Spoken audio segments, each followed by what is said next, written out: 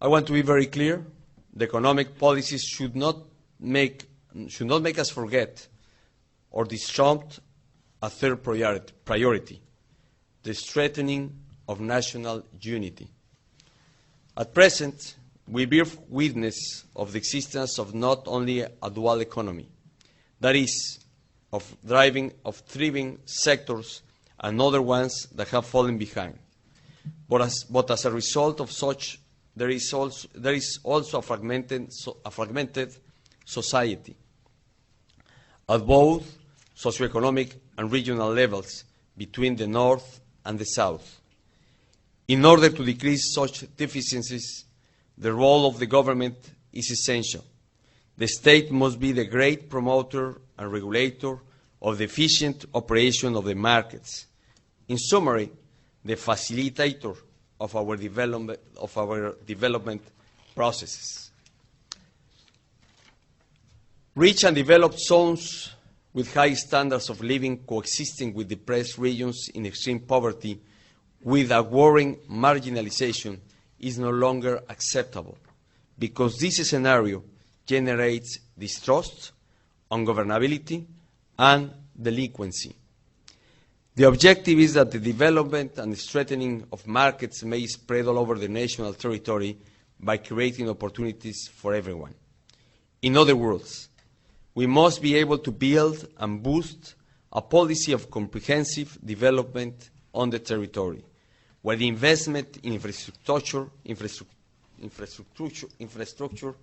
may be the trigger of a buoyant domestic market that complements our exporting sector. In terms of culture, we must consolidate and define new social values of national identity. The priority is to maintain the recent democratic advances and make progress towards a more fair, participative, transparent, honest, and solidarity nation that contributes to the reinforcement of the rule of law and our sense of belonging. If we are capable of achieving an accelerated progress, this has to be accompanied by a new social balance that promotes both competitiveness and respectful coexistence. The key is to advocate for minimum consensus, regardless of our political or ideological preferences. National unity will enable us to positively assume and harness globalization and be a major player in the ongoing trends. Globalization offers to us challenges and opportunities derived from the integration of financial and capital flows, the increase in trade, and the transference of technology. We must take advantage of globalization to narrow the gaps between levels of income, productivity, competitiveness among the NAFTA member countries. Similarly, Mexico must work closely with the United States to reach an agreement to regulate labor migration and channel it legally. The best scheme is that of the temporary labor migration, just as the one we have started to apply with Canada in certain sectors. Mexicans already in the United States should also have a chance to legalize their status. As we've said, Mexico must develop its economy in order to increase job opportunities for Mexicans in our side of the border. Mexico can also take advantage of being part of the G5 and the expand dialogue with the G8 to promote its own development agenda and play a more active role in the world. Among Mexico's global strategies should be to enter into alliances with other emerging economies, just as China and India have done with the sub-Saharan Africa. Likewise, Mexico has to take on a commitment with environmental preservation, so that its development is not limited by the shortage of vital natural resources like water, which in a world of increased scarcity may constitute a competitive advantage over the other nations. Let me have our final remarks on what I just have said and be open to answer any question you may have. In order to address each and every one of the national priorities that I have outlined, Mexico requires an adequate institutional framework and, above all, competent human capital. In like manner, the possibility of achieving the mentioned goals will depend on the place education is given as a crucial factor in true development. In other words, we must define education as the center of the national relaunching projects.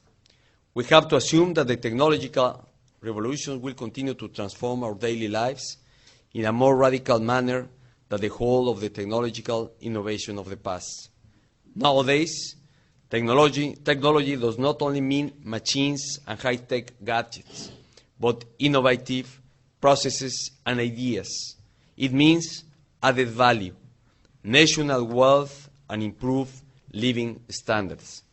Therefore, our educational revolution must meet two specific objectives. First, provide the population with knowledge tools to innovate ideas, services, and products. And second, increase the adaptation ability of the population towards change. Because if there is something certain in the future, is that the change will accelerate and reach every aspect of our lives.